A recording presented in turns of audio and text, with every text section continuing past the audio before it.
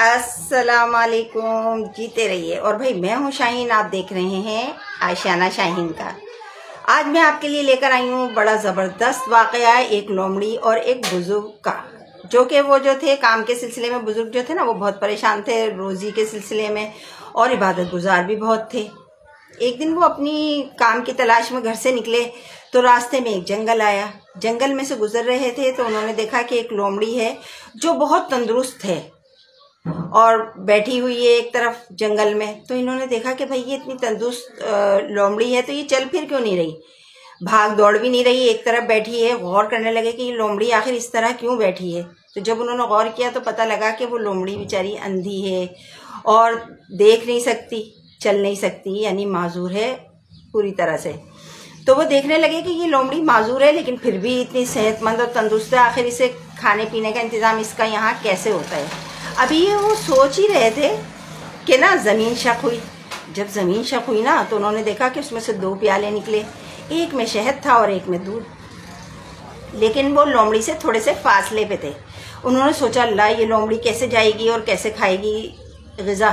कितने में नज़र आया उन्हें कि एक बुजुर्ग आए हैं, बहुत खूबसूरत नूरानी चेहरे वाले, आकर उन दोनों प्यालों को उठाया और लोमड़ी के करीब ले गए। लोमड़ी ने अच्छी तरह जब खाना खा लिया तो फिर ज़मीन शक हुई और प्याले ज़मीन के अंदर चले गए। अब बड़े हैरान हुए ये बुजुर्ग, क्या ये माजरा क्या है।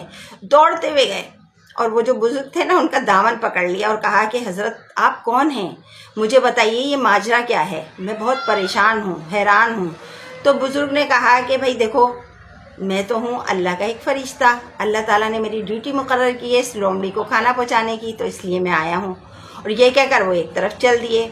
अब ये जो बुजुर्ग थे ना इनकी सोच बदल गई।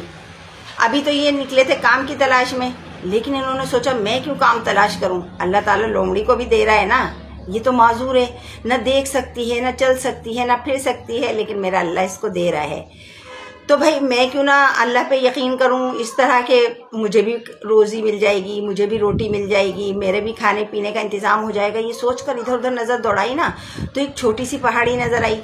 छोटी सी पहाड़ी पे जाकर बैठ गए और करने लगे इबादत कि भाई मुझे तो यहीं से जो है ना रिज़्क़ मिल जाएगा जंगल बियाबान में। अब जो है ना इबादत कर रहे थे, 3-4 दिन हो गए इबादत करते करते, लेकिन कहाँ खाना और कहाँ पानी, भूख और प्यास से हो गया बुरा हाल। ना खाना आया कहीं से और ना ही पानी का इंतज़ाम हुआ। तो रोने लगे, गिड़गिड़ाने लगे अल्लाह ताला के सामने कि मेरे रब, तू लोमड़ी को तो ग़िज़ा दे रहा है लेकिन मुझे नहीं दे रहा, और मैं इबादत कर रहा हूँ तेरे ऊपर तवक्कल किया है, तो जल्दी से मेरे खाने का इंतज़ाम कर दे। ये सोचकर उनको इतना रोना आया, इतना रोना। अब जो है ना भूख और प्यास से तो पहले ही निठाल थे, रोते रोते सो गए। जब सो गए तो ख्वाब में गैब से आवाज़ आई कि मेरे बंदे, बेशक मैं रोज़ी तुझे यहाँ भी दे सकता हूँ, खाना मैं तुझे यहाँ भी दे सकता हूँ, लेकिन मैंने दुनिया में तुझे भेजा है ना, तो मेहनत कर, कोशिश कर, असबाब पैदा कर रोज़ी कमाने के, और ख़ुद भी खा और दूसरों को भी खिला। खुद मोहताज ना बन के मैं अपने खाने का इंतज़ाम करूं। अपना खाना तो तेरे लिए है ही है जब तू मेहनत करेगा, लेकिन वो सिर्फ तेरा नहीं है, मोहताजों का भी है, गरीबों का भी है, उनका भी हक है।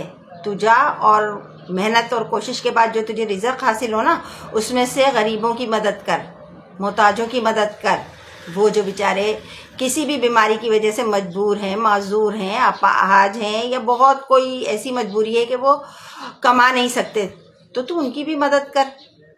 अब आँख खुल गई। आँख खुलते ही बड़े शर्मिंदा हुए कि अल्लाह ताला तू कितना राज़िक़ है, कितना मेहरबान है, कितना रहीम है, कितना करीम है कि तूने मेरे हाथ पाँव सलामत रखे हैं, मेरी आँखें सलामत रखी हैं। मैं तो माजूर नहीं कि मेरी आँखें नहीं है, मेरे हाथ नहीं है, मेरे पैर नहीं है, सब कुछ तूने मुझे अता किया, क़ुव्वत अता की, तवानाई अता की, अच्छा जहन अता किया, तो मुझे तो वाकई कमाना चाहिए। ए अल्लाह, तेरा लाख लाख शुक्र है कि तूने मुझे अच्छा और सीधा रास्ता दिखाया है मेरे रब, अच्छा और सीधा रास्ता तेरे सिवा कोई नहीं दिखा सकता। ये सोचकर पहाड़ी पे से उतरे और वापस अपने काम की तरफ रवाना हो गए।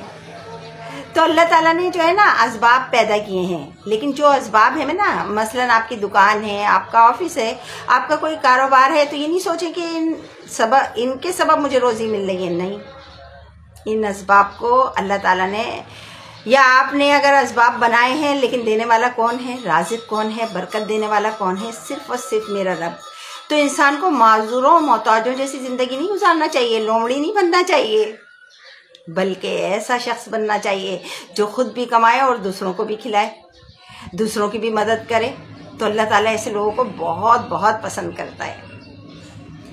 तो इससे तो हमें यही सबक मिला ना कि हमें दिनों रात मेहनत करनी चाहिए, इसबाब बनाने चाहिए, अल्लाह ताला का शुक्र अदा करना चाहिए कि अल्लाह ताला ने हमारे हाथ पैरों में वो ताकत अता की कि हम आगे किसी के आगे हाथ ना फैलाएं।